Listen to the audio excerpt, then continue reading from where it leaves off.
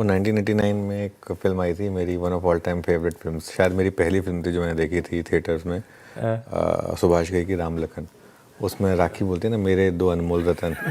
तो इस समय बाज़ार में जो मंदड़िए हैं उनके भी दो ही अनमोल रतन हैं, और वो हैं रिलायंस और HDFC बैंक।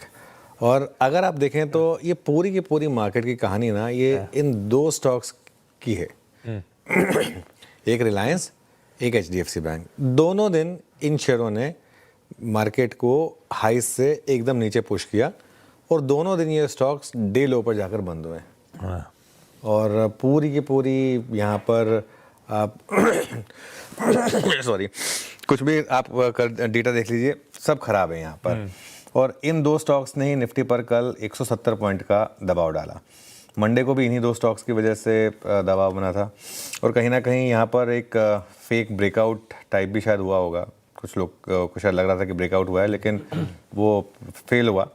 और इनका मुकाबला कर रहा है बेचारा एक अकेला ICICI बैंक का। वो जो सुबह आपने डिलीवरी वॉल्यूम्स दिखाए थे ना, मैं कल शाम को मैं भी देख रहा था वो डिलीवरी वॉल्यूम्स। और सबसे इंटरेस्टिंग चीज़ ये है कि ये HDFC बैंक की डिलीवरी वॉल्यूम है 2 दिन में। और एक बात हमने कही थी ना कि मार्केट का सच का सामना होगा जब FIs वापस लौटेंगे। जो लास्ट के 2-3 दिन थे उनको थोड़ा ट्रेंड मत समझिएगा, कहीं ना कहीं उसमें फंसने का रिस्क रहेगा। 2 दिन में 2000 करोड़ और 2100 करोड़ इस तरीके के डिलीवरी वॉल्यूम्स रहे। रिलायंस में देखिए कल क्या हुआ, और आज जो गिफ्ट निफ्टी नीचे, क्या वापस मार्केट एक एक्सपेक्ट कर रहा है कि वापस रिलायंस पर थोड़ा प्रेशर होगा या नहीं? आई थिंक ये देखने वाली बात होगी। रिलायंस में भी 900 करोड़ की डिलीवरी सेलिंग हुई थी मंडे को, और कल करीब करीब 2100 करोड़ की। और इनका मुकाबला कर रहा है हमारा ICICI बैंक। शानदार एक ये कहते हैं स्टॉक फॉर ऑल सीजन्स। और लगातार इस स्टॉक ने 1672 करोड़ की देखिए डिलीवरी बाइंग हुई यहाँ पर। अगर किसी को अवार्ड मिलना है तो वो ICICI बैंक को मिलना चाहिए। एक्चुअली लगातार बुल्स के फेवर में वही स्टॉक आता है। ये क्वार्टरली अपडेट नहीं देता तो बच जाता है शायद। जो भी है कारण, जो भी है। लेकिन पता है सबसे क्यूरियस बात क्या है? स्क्रीन 2 दिन से बता रही है कि FI की बड़ी सेलिंग है, डेटा नहीं बता। डेटा में कहीं भी FI का आंकड़ा जो है, कल भी अगर आप देखें FI की सिर्फ 108 करोड़ की सेलिंग है। और अब तो ग्रॉस वॉल्यूम भी ऑलमोस्ट नॉर्मल हो गए, 30,000 करोड़ के करीब ग्रॉस वॉल्यूम आ गए। ठीक है, थोड़ा और बढ़ जाएंगे, 40-50 हज़ार करोड़ हो जाएंगे। लेकिन ये इंटरेस्टिंग है, डेटा में कहीं है नहीं, लेकिन वीकनेस है स्टॉक्स में।